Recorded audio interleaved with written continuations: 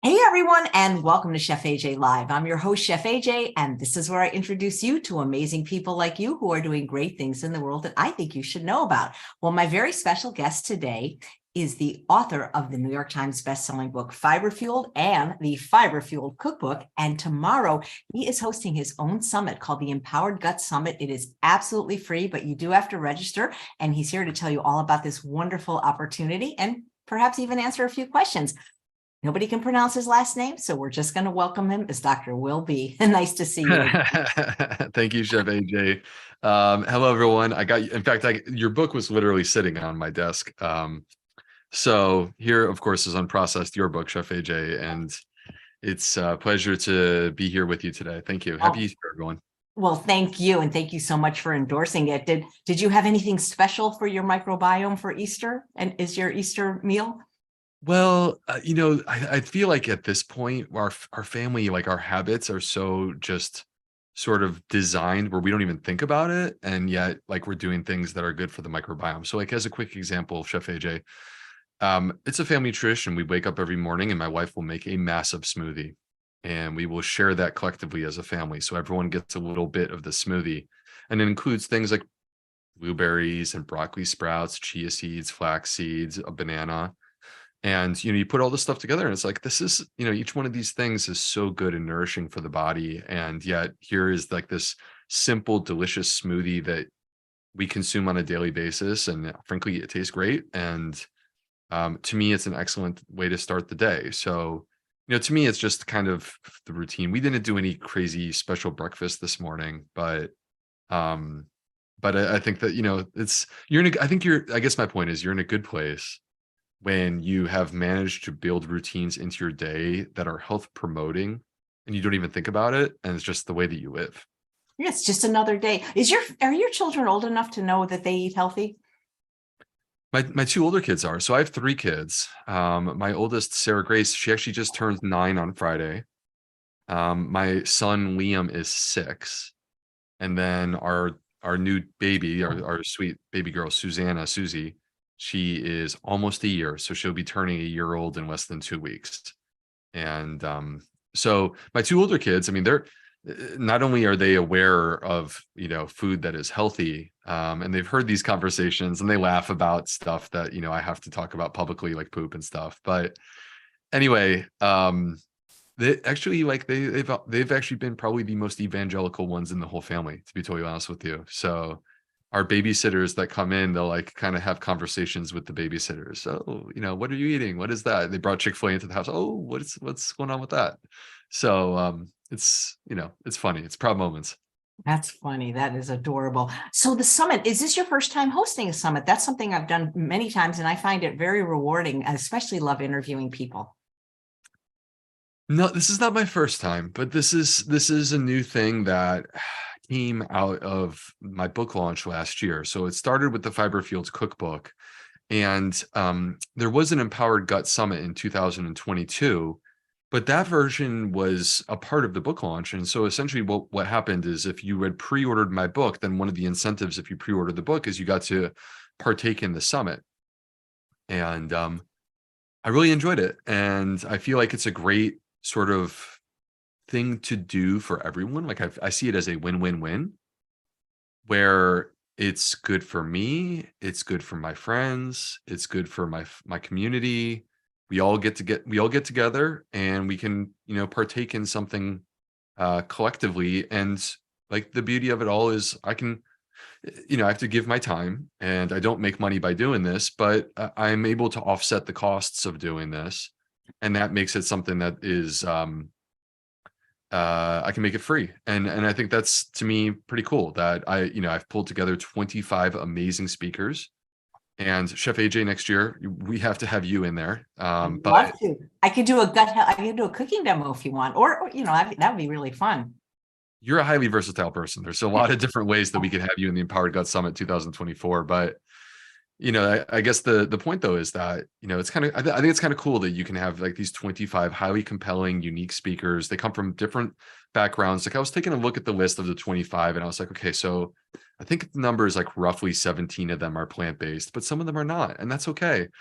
People bring different perspectives and opinions in, but this is not, you're not going to come away from this thinking that you're supposed to eat meat.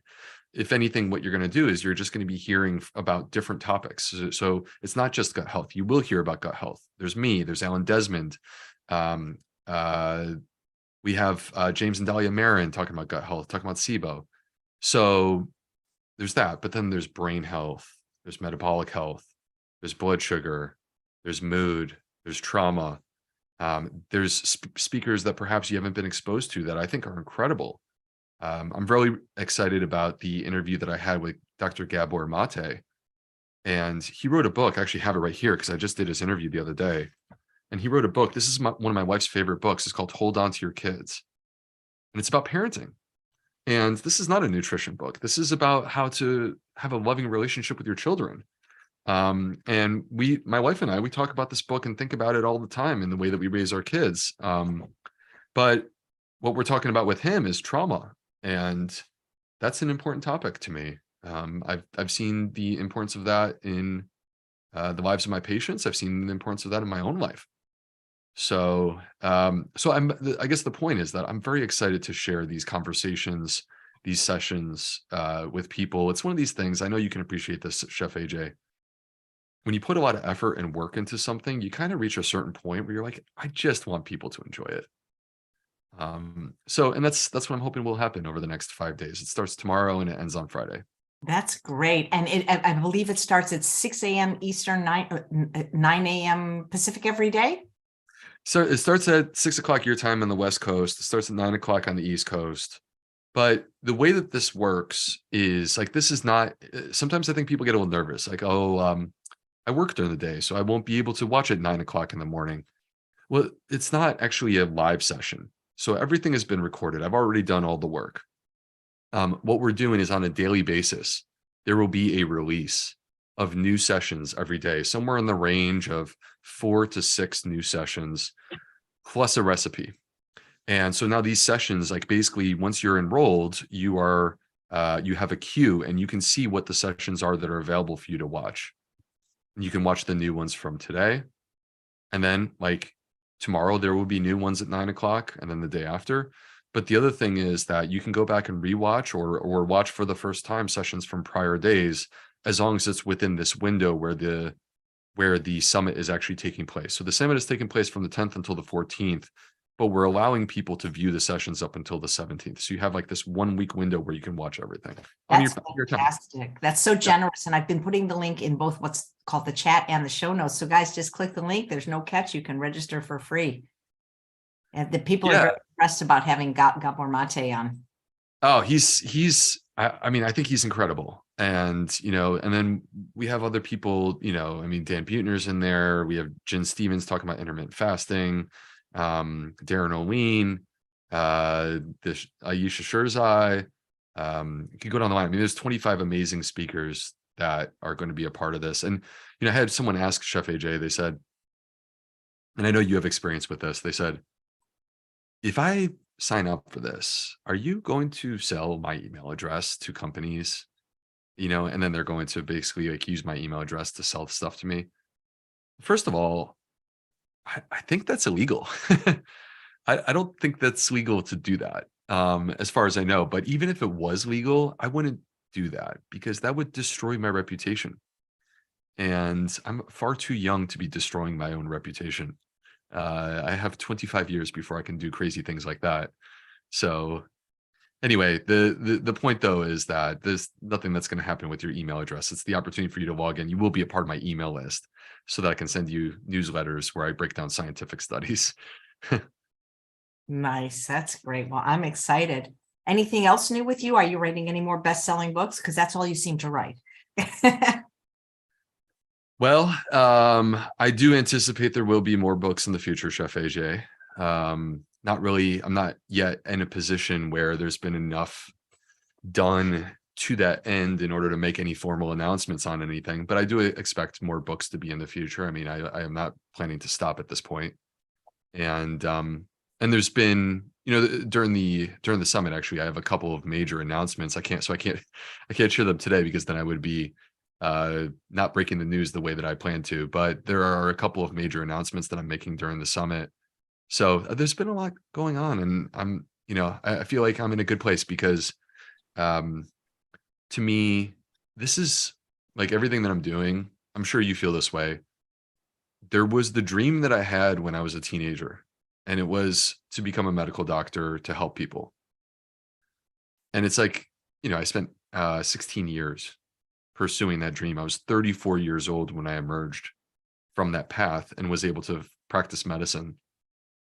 And now here I am, and I'm doing something that feels like this is an even higher calling, where it's like an opportunity to potentially impact the lives of millions of people. To put on, as an example, the summit, or to write a book, to put on the summit and have, what I'm hoping will be tens of thousands of people who can learn from this. And every single person potentially takes something different away that they can apply to their life that's meaningful and difference making. Like, that to me is what it's all about. And so the same goes with a book. Like, whether you buy my book or don't buy my book is not really my concern, but I would love you to read my book, even if you borrow it from the library or borrow it from a friend, because I put a lot of effort into it, and it really is meaningful to me when my book can go out to people that I've never met and they read it, and it helps them. That to me is what it's all about. Yeah, that's great. Well, thanks. You mind taking a few questions from the live audience? Would love to. Let's do it. Okay, here's a fun one I haven't heard you answer before. Do breath mints upset the microbiome? And if so, how much? Most breath mints are going to have artificial sweeteners in them. That's, I think, the issue that immediately comes to mind. Peppermint itself, if you're talking about peppermint, so some of them, we all know some of the brands that are like more. They're so packed with peppermint that you can, like, it flares your nostrils a little bit. Peppermint is not implicitly bad for the vast majority of people. In fact, peppermint has been shown to be relaxing and soothing to the intestines, not specifically the gut microbiome, but the intestines. And so it's been demonstrated to be beneficial for people that have irritable bowel syndrome. So I don't have an issue per se with like the ingredient peppermint that comes from a plant. I think actually that's great. The issue that I'm concerned about is sort of the ultra processing that takes place as they transform this into something that's packaged as a mint, and the addition of the artificial sweeteners and what those artificial sweeteners are doing to you. Because there's no free rides. I mean, that's the reality. There's no free rides. Anything that you're adding to sweeten, it's doing something one way or the other. And with artificial sweeteners, they may not have calories, but they are affecting your microbiome. Yeah, absolutely. Thanks. I don't think they taste very good personally.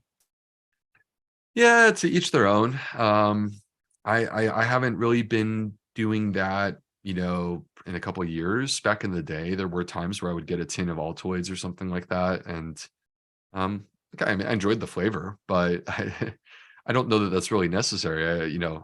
Oral hygiene, the backbone of oral hygiene is not breath mints. Yeah. Thanks. Okay, here's a question from, who's that from? Stephanie. If one follows a plant-exclusive diet, naturally high in fiber, what are your thoughts on drinking beet juice? First of all, I think beets are incredibly healthy. And there are polyphenols in beets. There are aspects to beets that are beneficial. One of the things that you get from beets are nitrates. And they've actually shown that nitrates from beets will help to. Nitrates are very relaxing to the blood vessels. They help to reduce our blood pressure. And so there's evidence in terms of lowering blood pressure with beets. There's also evidence in terms of athletic performance. For example, if you were to consume beets or beet juice prior to running, a 5K, 10K, or a marathon, something of that variety, it actually can improve your athletic performance. So how do I feel about beets or beet juice? I, first of all, think that we should be consuming beets. And if you're going to juice them where you're removing the fiber, the thing about the beets themselves is, like, I think that that's a reasonably healthy juice. It's the issue is that many people, when they juice beets, they're also going to be juicing apples or something else to add some sweetness, additional sweetness to it. The beets are already pretty sweet, but some additional sweetness to it. And that's turning it into a sugar beverage. So to me, if it's just beet juice, I can get on board with that, though. I might add some greens and a squeeze of lemon. That's what I might do. Nice. Thank you. Debbie's asking if any of your summit speakers will address weight loss. Yeah, we have Chuck Carroll. So Chef AJ, you'd be an amazing person to talk about that next year if you wanted to. Sure. But so we have Chuck Carroll. Chuck Carroll is from the Exam Room podcast with the Physicians Committee for Responsible Medicine. A very good friend of mine, Chuck. We talk all the time, and he himself has lost a substantial amount of weight. He's kept that weight off through diet and lifestyle changes, and he's talking about weight loss and food addiction. He's an expert on that. He's fantastic. I think he's an incredible person. I'm a huge fan.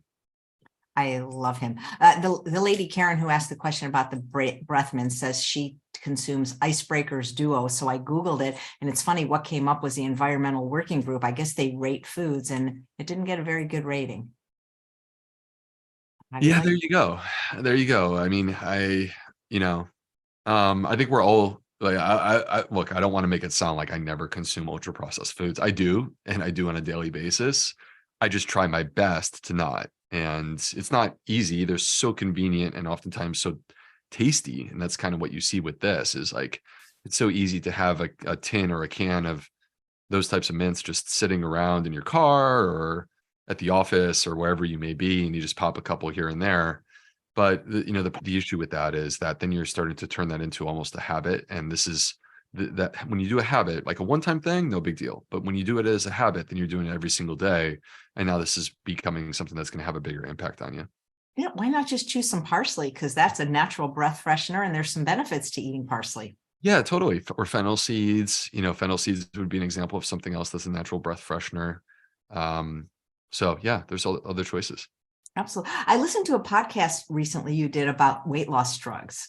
That was really good. And so I'd love to hear, because not everybody had heard that podcast. I can link to it. But what are your personal thoughts on all these new, the shots and the pills? And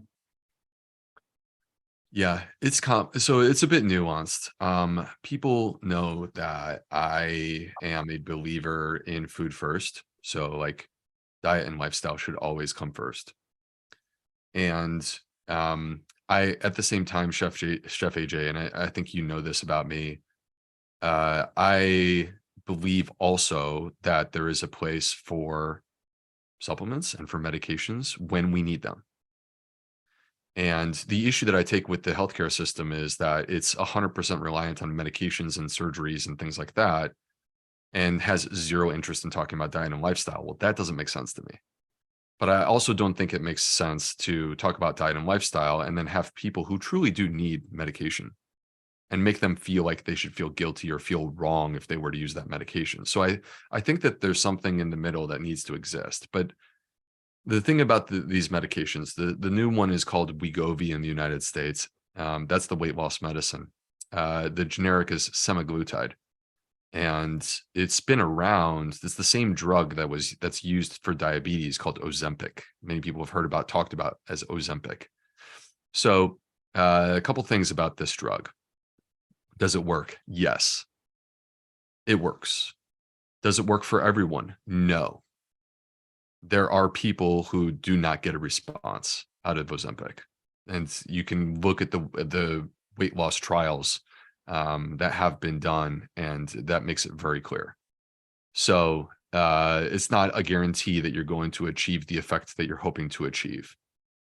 If it does work, what does that mean? Well, what that means is that you will have to continue to use this drug.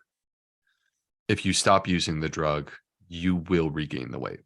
And that is quite clear from the research that it has been done thus far. Are there side effects? Definitely. Side effects in the short term are not necessarily things that I would characterize as nasty, but they may discourage you or scare you away, like GI side effects, nausea, things like that. The things that are nasty, they're not common, but they do exist. And it needs to be said that they do exist. There is a risk of medullary thyroid cancer.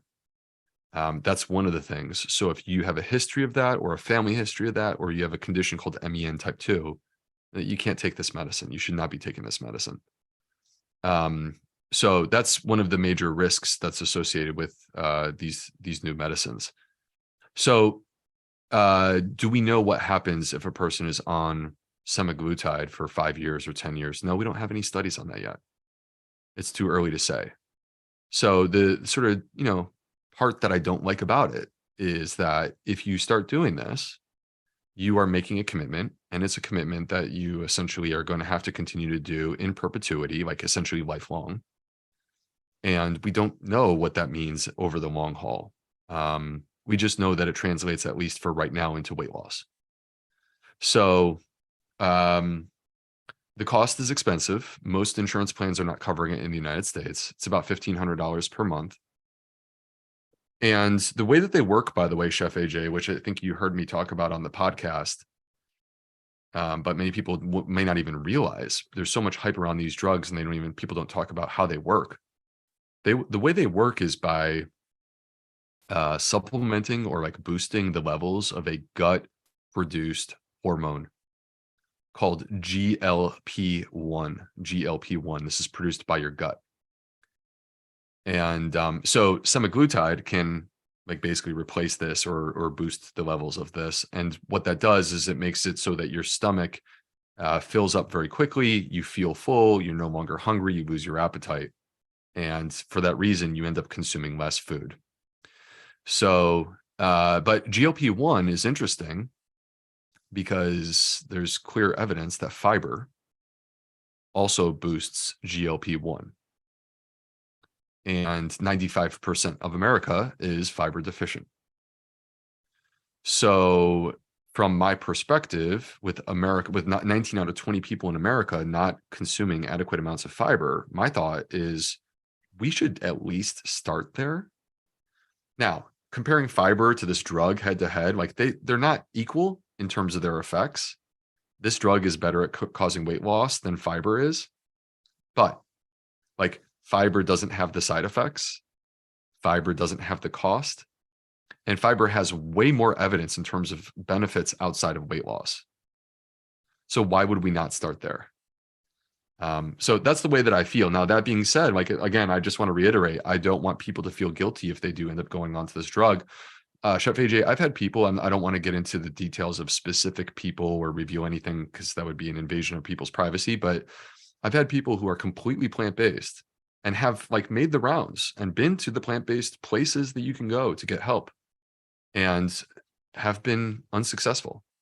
And if I had this drug available to me years ago when I had come into contact with these people, I would have given it to them. So I wouldn't make it sound like I would never use this drug. But what I do want people to hear is that I would start with diet and lifestyle first. I would make people try a high fiber diet first. And then, you know, we can go down the line and see what happens from there. But you have to also know the risks and the benefits. Thank you. You know, do you think it's been studied long enough though? Because remember fen, like at first it was the rage, and then it, you know, they found that it caused the heart-lung defect. We don't know. You know, that's the issue here. That's trying to be transparent about the risk, which is that the most data that we have is we have a couple of years of people using Ozempic for diabetes, not for weight loss. But nonetheless, we do have a couple of years of that. We don't know what happens beyond a couple of years. Yeah. So I personally would wait just to see, you know. I mean, I personally feel that way too. You know, that being said, I think that for a person who is weighing choices between bariatric surgery versus this, that's a legitimate sort of weigh your options moment. Yeah. Yeah. Well, thank you. So the last doctor that was on the show was talking about how he personally eats one meal a day. And I was saying, well, how do you, I mean, I can't imagine eating one meal a day because that would be like a huge meal to get in all the calories I need. And so John is asking, is it possible to have a healthy gut microbiome if we only eat mono meals? And I'm curious if we only eat one meal a day. So mono meal meaning one meal a day, or mono meal? Well, I think mono meal, he might mean like, I think some people eat like just potatoes in a meal or just fruit. But I was also curious about people that he does OMAD one meal a day. Like, does meal frequency and variety matter on a per meal basis? I think that there is this pendulum that exists, and sometimes we swing the pendulum too far in the opposite direction. And so I think that we know that we're kind of overdoing it when we're, you know, starting our food intake early in the morning. and then having lunch, and then having a snack, and then having dinner, and then having a snack after dinner late at night, and then potentially having alcoholic beverages. Like that to me is a very American lifestyle, and that to me is an unhealthy lifestyle, and that's too much. You know, you never give your body a chance to reset. You never give your gut a chance to rest. There's the general idea, Chef AJ, of giving at least 12 hours break between your last meal of the day and your next meal in the next day. And 12 hours to me makes a lot of sense. You know, if you were to have dinner and make the rule that you're not going to have any, you know, any sort of caloric intake after dinner, no food, no snacks, no alcohol after dinner, then that basically lines you up to be able to eat again tomorrow morning. And there's evidence to support that that's good for us. And when people move towards one meal a day, this to me is like getting a bit more on the extreme side in terms of time restricted eating and limiting how often we're eating. And I don't know that that is sustainable. And I certainly don't believe that that's the right choice for everyone. I do believe there may be some people who feel perfectly comfortable and do well with that approach, but I think we have to be cautious to like make it sound like that's the choice for everyone. I don't think that that is in fact the case. So, do I think that you're causing harm to your body by going to one meal a day? It would depend on what you're eating during that one meal. It would also probably depend on the context of what your weight is currently, and do you have other health related issues? So, I think it's possible to do that and be okay. I just think that for the majority of us, that's not going to make sense and it's not going to be sustainable. Thank you. A lot of people are asking the colonoscopy question, but specifically they're asking if someone follows a whole food plant exclusive diet, do you still recommend one? And would your answer change versus a screening one versus a diagnostic one? So I think you know my position on this, Chef AJ, and there are people who feel otherwise than me. And, you know, I guess I'll just advocate for what I believe in. And this is my experience as a gastroenterologist and as the person who has done the colonoscopies and diagnosed the colon cancer and also diagnosed the polyps and the late stage polyps that are not yet cancer. And you actually are removing it before it's cancer and you're protecting someone. And the evidence for people who want to look into this is clear. There is no study that says that eating a whole food plant-based diet will reduce your risk of colon cancer to 0%. There's no evidence to say that. And to infer that would be wrong. The evidence from the Adventist 2 study looking at vegans showed that there was about a 22% reduction in the risk of developing colon cancer. Now, I will gladly take a 22% reduction. I think that's fantastic.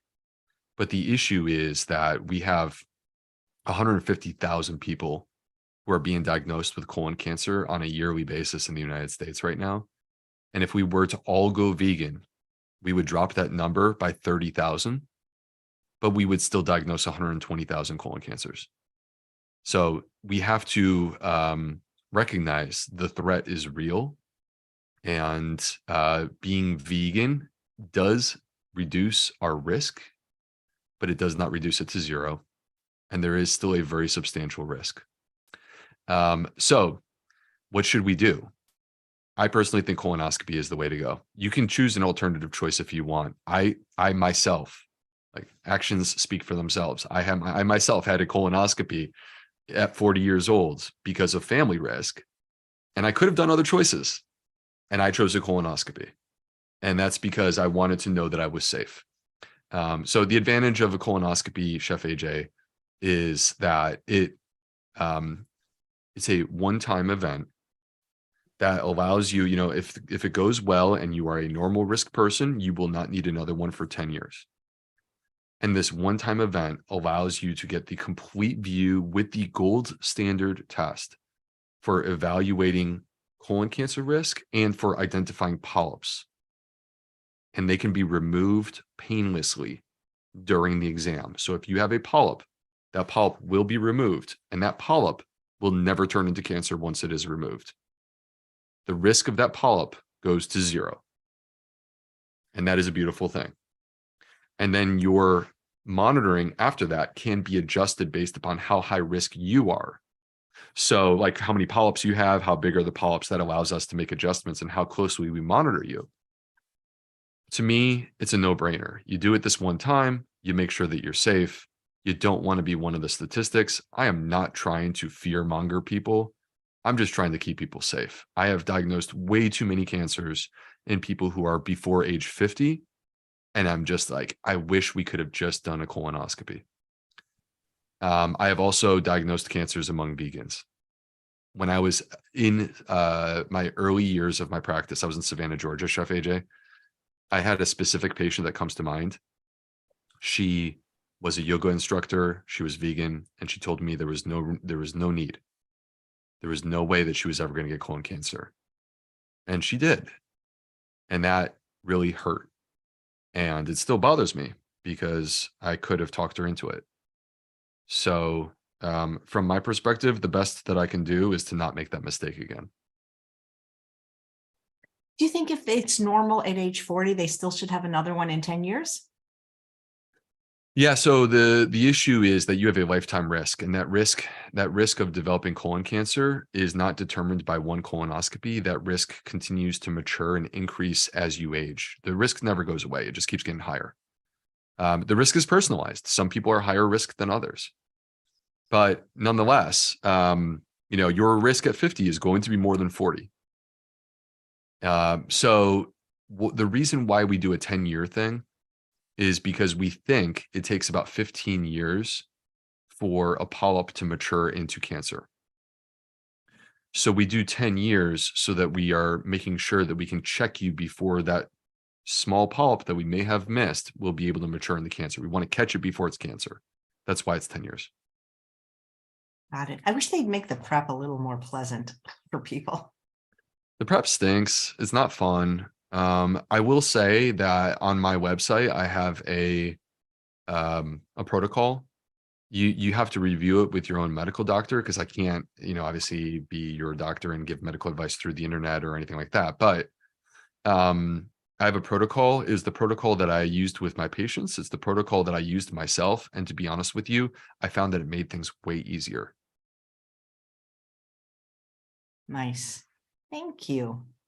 So you don't ever prescribe the ColoGuard then, because you just say go straight to the colonoscopy. ColoGuard. So let's talk about ColoGuard. ColoGuard, for those who aren't familiar, this is a at-home stool test. So like the nice thing is it's super convenient because you're at home, you just give a little stool specimen, you send it through the mail, and they come back with a result. All right. The problem with the ColoGuard is that it's designed to detect cancer. It is not designed to detect polyps. And the problem with this is that, like, if it's me, I don't want you to wait until I have cancer and then tell me that I have cancer.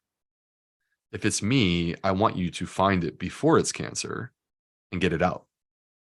And that's what a polyp is. A polyp is the precursor to cancer. You will never have, it's extremely rare to have symptoms from polyps. It's very rare. So you will generally not know that the polyp is in there. This is why we do screening, because we can't wait for you to have symptoms. The point at which people have symptoms is not just cancer. It's usually a late stage cancer when people develop symptoms. So with the ColoGuard, it's not going to tell you whether or not, like, effectively, it's not going to tell you whether or not you have a polyp. If you have cancer, there's still a miss rate that is higher than I'm willing to accept. So like you could have cancer and there's an 8% chance that the test will tell you it's normal. Well, that to me, it means that there's an 8% chance that that's going to be life-threatening. Because if there is cancer, you need to get it taken care of immediately. You can't miss it. If you miss it, you're in big trouble. And then there's a false positive rate. So a false positive basically means that the test says that you got something going on, but you don't have anything going on. And yet it then pushes you towards doing the colonoscopy. So to me, the downsides that are there with the ColoGuard, I personally don't like. Chef AJ, when will I do a ColoGuard? When would I do a ColoGuard? There are situations. The main situation where I would do a ColoGuard is a person says to me, Dr. B, like, I'm not doing a colonoscopy. And if that's the scenario that we have, and we unpack it. Like, I would be very open to having a conversation about that. I'm not going to ram it down someone's throat, force them to do something they don't want to do. I would never do that. But if after having a conversation about it and they say, I'm not going to do a colonoscopy, I will talk them into a ColoGuard, because at least if I can get the ColoGuard, it's something. Something is better than nothing. Yeah, that makes sense. Here's a question on loose stools from Steph. She says, Dr. B, thanks for all you do. You touched briefly on loose stools with a plant-based diet on another podcast. Can you speak a bit more on this? It seems abnormal and a little bit counterintuitive. Yeah, well, so for the majority of people, the majority of people, adding fiber to your diet will usually result in better bowel movements. Dietary fiber, if you are loose, usually has the effect of helping to form it up. And if you're constipated, usually has the effect of moving you towards more regularity and getting things moving. So that's the effect of dietary fiber. So most of the time it's going to help you, but there are scenarios where it may not. And so one of them is that you have a food intolerance. There are some people who they may have sucrose intolerance, and sucrose is the thing that you find in table sugar, but you will also find it in plenty of healthy plant-based foods. And for example, beets. And so you drink that beet juice, it's high in sucrose, and because your body struggles to process and digest it, you then may go on to have diarrhea as a result of that. And that's a food intolerance. So there are ways in which transitioning towards a plant-based diet can actually aggravate food intolerances for some people that may result in the development of diarrhea, or a loose stool. So I think that the point with that is it really comes down to a diagnostic evaluation of asking the question, like, what is causing these symptoms, and finding that diagnosis and then treating that. That's the key. And terrific. Virginia says, is gluten good or bad for the gut? Should everyone avoid it? Well, I think the end question, the last question, is the important one. Should everyone avoid it? The answer is no. If you have celiac disease, you definitely should avoid it. There's no doubt about that. The vast majority of people who do not have celiac disease can safely consume gluten-containing foods without a problem. The issue is, in most cases, not the gluten. In most cases, the issue is something else. It could be the fructans that you find in wheat, barley, and rye. By the way, wheat, barley, and rye are the gluten-containing foods. Fructans are a type of FODMAP that can trigger GI symptoms. And we have evidence to indicate that it's not the gluten that triggers GI symptoms, it's the fructans. Now, one of the things that you can do to reduce the fructan content is to ferment the food. So sourdough bread, for example, is often tolerated very well by people who have gluten intolerance. If that's the case, I declare victory on that, because to me, a healthy organic sourdough, ideally made yourself, to me is the way to go. That is the healthiest type of bread out there. So it could be the fructans. The other issue is that a lot of gluten-containing foods are ultra-processed foods. It may not be the gluten. It could be the processing. Another point is that it may not be the gluten. It could be what's being sprayed on the wheat, like glyphosate. So if it's not organic, most of the time wheat will be sprayed with glyphosate, which is Roundup. It's the same thing that you use to kill the weeds in your yard. Hopefully you don't use it, but many people will use it to kill the weeds in their yard. Glyphosate is an herbicide. It kills plants. And in the case of wheat, you're not using it to kill the weeds. In the case of wheat, you're using it to kill the wheat, because you have to dry the wheat out in order to move forward with manufacturing and production. And so it's used to basically like dry out the wheat, and then it's in your food supply. So this is why when I opt for bread, I want whole grain, I want organic, and whenever possible, I'm going for the fermented, which is the sourdough. I also like rye bread. Well, those are the two best breads anyway. Exactly. Yeah. Hey, so Marley wants to know, can a hiatal hernia be reversed with diet, specifically a whole food plant-based diet? It's a tough one. So a hiatal hernia, for people who are wondering what we're talking about here, at the bottom of your um, esophagus. So your esophagus is supposed to line up with your diaphragm. Your diaphragm is that muscle underneath your lungs, right in here on where you can see on my chest, where if you take a deep breath in, the diaphragm actually moves down as it pulls air into your lungs. Okay. So this diaphragm is moving up and down as you breathe, usually about 14 to 18 times a minute. All right. It's moving up and down. And as a part of that, the diaphragm is actually pinching. And the diaphragm pinching is meant to line up with the lower esophageal sphincter, which is the bottom of the esophagus. When you have a hiatal hernia, what's happened is that the lower esophageal sphincter has moved up and the stomach is pushing through the diaphragm. This is the diaphragm right here. The stomach is pushing through the diaphragm up into your chest.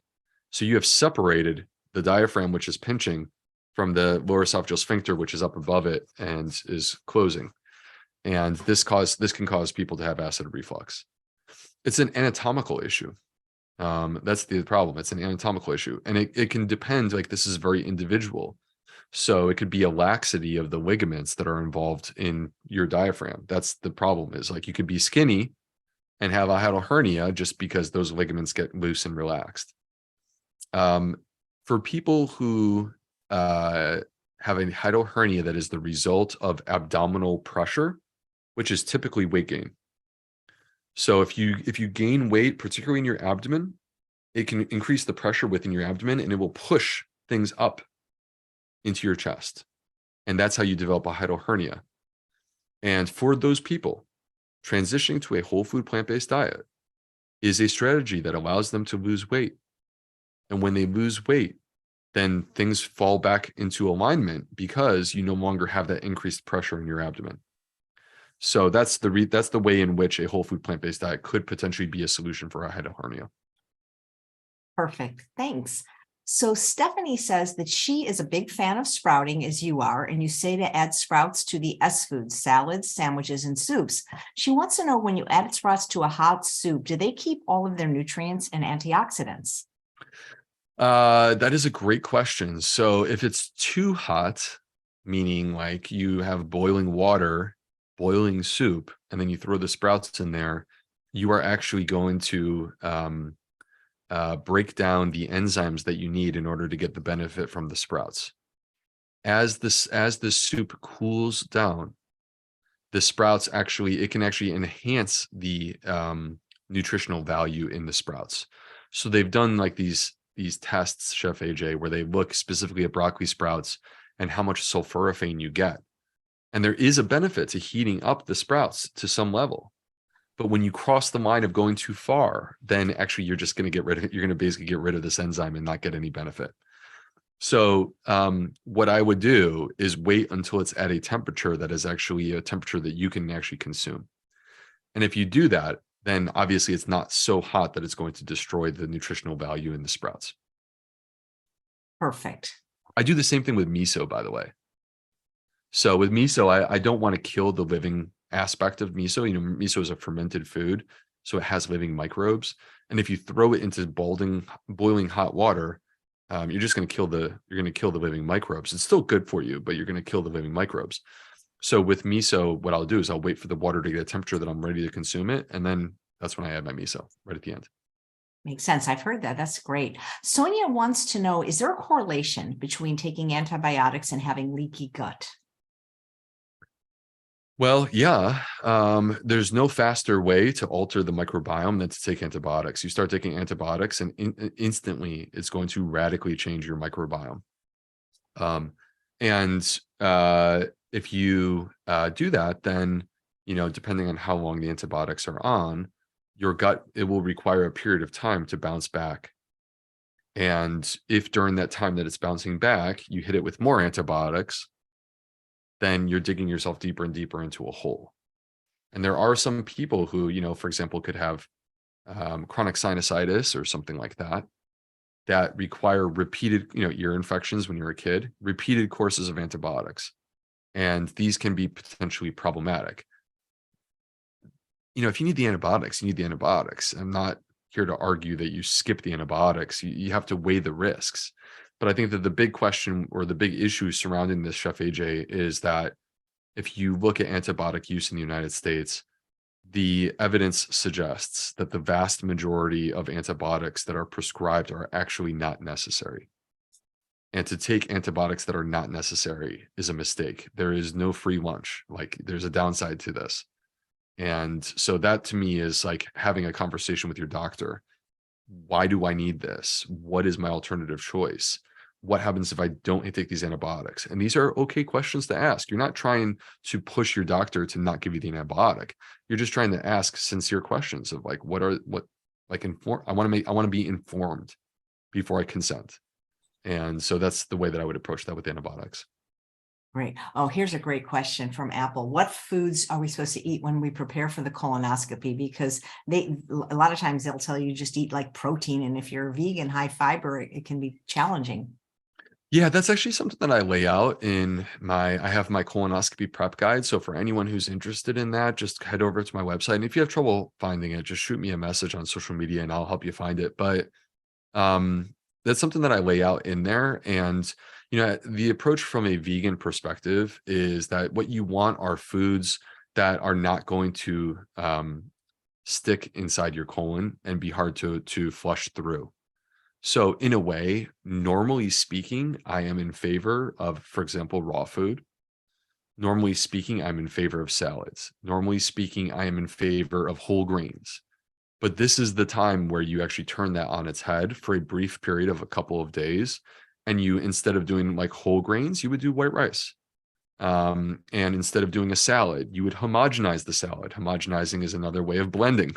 Saying blending, you would make a smoothie, right? So like, it's not that fiber is the problem. The issue is that if you eat kale, like a kale salad, and you chew that kale, no matter how much you think you chewed that kale up, it's going to have these big pieces of kale that are just not going to get digested, and they're going to sit in your colon and they're going to be hard to flush out. That's the issue with as you prepare for your colonoscopy. If you took the exact same kale and you put it into a smoothie and you blended it up, it's small little pieces, and those small little pieces are not a problem at all. I would imagine beans maybe not as good right before a colonoscopy. Yeah, things with skins are problematic because the issue is those skins, similar to the kale, the skins are not going, no matter how much you chew them, they're not going to disappear, and they will be something that your body can't break down. That's insoluble fiber. So beans are an example of something with skins. Other ones that come to mind are things like peppers or apples or things like that. Yeah, that makes sense. Lula wants to know, can anything be done for scar tissue in the colon?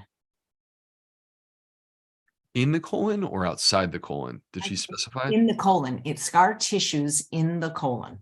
Well, most people who have scar tissue in the colon, it's either that you had a big polyp removed, or more frequently, the reason why people have scar tissue is that they had inflammatory bowel disease.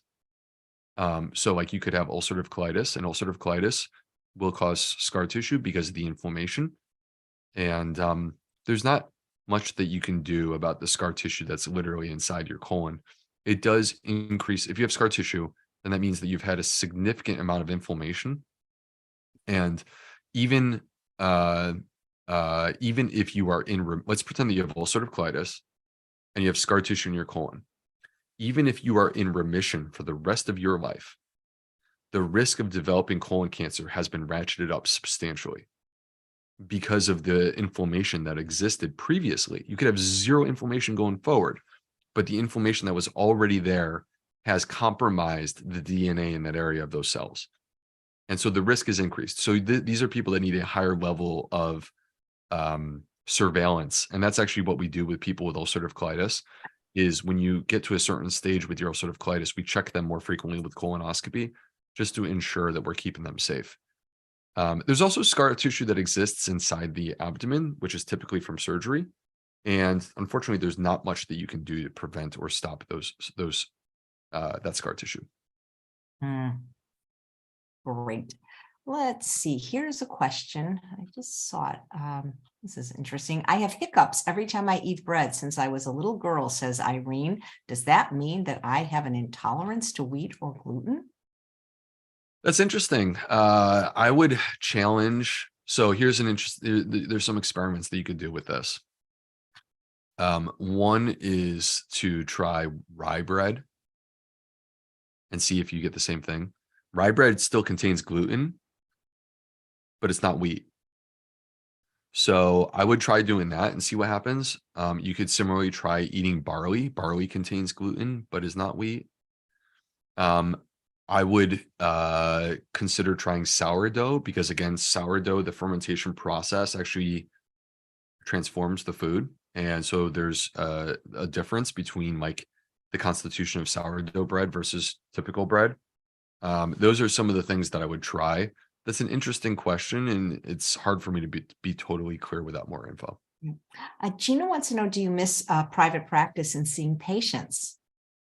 I do, actually. So about a year ago, it was February of 2022, I left my practice, and it wasn't an easy choice for me. But I, at the same time, felt like I had to. So a couple of things. One is that everything that was happening in my life, there were these amazing opportunities for me to try to do something that I felt was bigger, meaning like something that could impact millions of lives as opposed to the lives of my patients here locally. So I had these opportunities, and at the same time, um, my kids, like I felt like the way in which I was working was having an effect on my children. So I was waking up at 5 in the morning, and I would be out the door before my kids woke up, and working at Starbucks to like write books and stuff like that. And then go to work from 8 a.m. until like, 5 o'clock or whatever. And then come home, eat dinner with my kids, and put them down to bed. And that's how much I saw them during the week. And then I would go back to work. And so didn't get to see my wife that much either. And you kind of get to a point where like this something has to give. So I felt like here's the choice. You either continue down a path of being a medical doctor here in this private practice in a traditional sense, and you serve these patients and you do the best that you can. And that's a great thing. There's nothing wrong with that choice. But alternatively, the choice is to pursue this higher calling of trying to impact the lives of millions of people through this platform that I've been blessed with, that I frankly didn't know this was going to happen, but it did happen. And so that's sort of the situation that I felt that I was in. So nonetheless, here I am, and I'm in this new phase of my career where I'm sort of focused on this bigger picture thing. I miss the patients. I miss the people. I miss the one-on-one interactions. I've talked to my wife about this many times. There's downsides to all the things that happen in your life. There's a lot of good, and they can also be things that that you struggle with or are challenges. And so my expectation is that there will be patient encounters. I'm actually in the process, behind closed doors and privacy, having conversations with people about how best for me to do this, but that will be happening. Nice. And when you say platform, you mean like Instagram where you're crushing it. How many hours a day do you think you spend doing it? As few as possible. uh, when I say platform, I really mean the books. Chef AJ, when I got my book deal in 2018, I had 25,000 followers. And my publisher took a chance on me. They didn't know what would happen. That's 25,000 is not a lot. And when the book came out, Fiber Fields, I had 85,000 followers. And now here I am, and I'm closing in on 500,000. Amazing. Congratulations. Thank you. The amount of work with that, it's really hard because I would much rather be doing other things than being on social media. That's what I hear from a lot of people. And I don't particularly care for it. It's not, this may seem like it's counterintuitive. I don't know, but like, I don't particularly care for social media, but at the same time, I fully recognize that it has opened up doors and opportunities for me. So to me, it's trying to find the right balance of doing that and doing it well, not neglecting it. That would be foolish. But at the same time, like there are other things that I'm working on that I care about a lot more. I get it. Thank you. Jody says, should she be concerned about having been told she has colonic hemorrhoids after her most recent colonoscopy? Well, I mean, I kind of feel like, Jody, it's hard for me to fully comment. Let me say this. First of all, I think we all have hemorrhoids. And so it's not a question of do you see hemorrhoids on colonoscopy? It's a question of how big are the hemorrhoids that you see. Now, different doctors handle this different ways, which is why it's a little bit hard for me to fully comment because some doctors never comment on hemorrhoids and some doctors comment on them every single report. I was one of the guys that every single report, it was not a question, do you have hemorrhoids? It was, are they small? Are they medium? Are they large?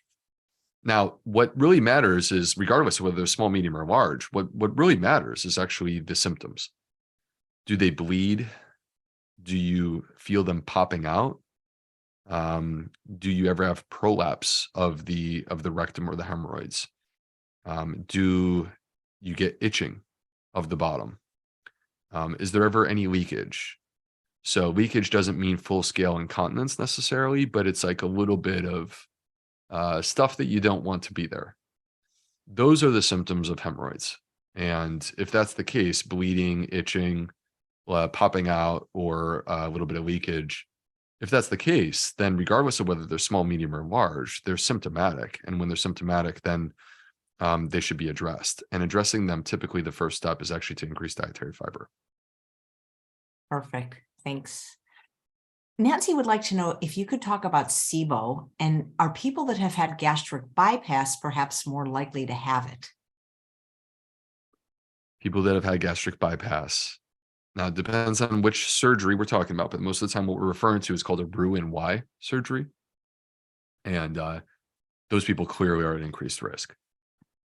So any GI surgery where you are rearranging the intestines, meaning a cut to the intestines and then a reconnection, automatically increases the risk of developing SIBO. SIBO is a complicated topic, Chef AJ. In my you could almost do a summit on that, right? Oh, easily. I could easily talk for 2.5 hours on this topic. So in the Fiber Fields cookbook, I touched on this just a little bit more than I have in the past. I think that the issue, and I did a recent gas and bloating course where I talked about this a little bit more. So for people who really want to dig into that, particularly if you have gas and bloating and you're trying to figure it out, the gas and bloating course may be for you. The issue with SIBO is that we have to make sure that you really have SIBO, and we have to look at treatments that don't involve antibiotics first. That's the issue. And that's hard because the way that people are currently being treated is not to be careful about diagnosing it. In fact, if anything, it's a trendy diagnosis of everyone's got SIBO. And the second thing is that like antibiotics are being given liberally, not judiciously. That to me is a problem because antibiotics, as I was talking about earlier, once you take them, you can't take them back, and they will impact your microbiome massively. Yeah, thanks. Let's see. Oh, here's an interesting question from Sonia. Are raw vegans less likely to get colon cancer? I have not seen a study to clearly say that. I will share my opinion. It's an opinion on raw versus not. I do think there are benefits to raw. Given the choice between raw and otherwise, like I think raw is great. That being said, that does not mean that cooking your food makes the food unhealthy or even less healthy. In some cases, it's more healthy by cooking the food. Tomatoes are a classic example of this. When you cook tomatoes, you enhance the availability of a phytonutrient called lycopene, and lycopene helps to protect us from heart disease and cancer. And so you get them from cooked tomatoes, not as much from raw tomatoes. So my personal take is I think eating raw is great. I think it's a dietary pattern that there are definitely some advantages to, but I think it's just as advantageous to have some raw and some cooked. And I tend to favor that because I also think it's a more sustainable approach. Yeah. Somebody's wondering, they follow you on Instagram. Are like, do you go live certain times? Do you have a schedule? Do you ever do Q&As on your Instagram? No, it's hard for me. I'm so I'm constantly backed up with work, and I do the best that I can, but I'm literally constantly backed up with work. So um the lives that I do on social media these days are mostly either if I'm launching something like this right now, the Empowered Gut Summit that starts tomorrow, or if I'm helping one of my friends launch their book, then I'll do an Instagram live to support them in their book. And That's so nice of you. Thank you for do that. Yeah. oh, it's my pleasure. I mean, look, I'm telling everybody to please register now for tomorrow's summit. It's about 3 hours of viewing a day, is it? um, it's probably about 3 hours of viewing per day. The sessions are not an hour apiece. You don't have to watch everything. You don't have to feel like, oh, if I can't do 3 hours a day, then I shouldn't do this. There's recipes on a daily basis. So if nothing else, just take the recipes. But also, I would expect for a lot of people, probably the majority of people, you're not going to have time to watch all of them. Pick the ones that you're interested in, do those. And then the other ones, like if you want, you can just either skim through them real quick or just not watch them. That's up to you. I mean, there's certainly no obligation to watch everything. I love that it starts so early Pacific time because I'll be able to watch the whole thing before my day even starts. Yeah, that is kind of cool. Is you'll have those things available. But like even if it didn't, Chef AJ, people can watch it whenever. So in the UK, it'll be, let's see, it'll be 2 in the afternoon when these videos go live in the UK. Okay, cool. You get home from work and it's the evening. You can watch them then. I mean, literally, you can watch them whenever you want. You have up until the 17th to watch them. I'll be watching you on my spin bike tomorrow. There we go. Yep. Oh, here's a fun question. What are your thoughts on bidet? Asks Carol. I'm a huge fan. I don't think that comes as a big surprise, but I'm a huge fan. So we got one a couple of years ago. It was right before the pandemic started. And then there's a toilet paper shortage, and I was laughing hysterically as I was enjoying my bidet because everyone else was going crazy trying to get toilet paper, and I was just not even worried about it. But anyway, I think bidets are great. I mean, I think it's a higher level of cleanliness and it's comfortable, and so I see no downsides. Nice. Thank you. Well, I could talk to you for hours, but it's a holiday. You have a family. I so appreciate you doing this. And thank you for answering all those questions. And we learned a lot. And I will be there at 6 a.m. tomorrow for the start of your summit. And I hope you guys will too. There's been a link I've been posting the entire time. Also in the chat. It's free. What do you got to lose? And you have a whole week to watch. Amazing. Thank you, Chef AJ. Thank you for having me on a holiday. Happy Easter Sunday to everyone. And I appreciate you for spend time with us. It's always a treat. Thanks so much, Dr. Wilby. And thanks all of you for watching another episode of Chef AJ Live. Please come back tomorrow when my guest is Lauren Bernick. She's going to be making vegan French onion soup.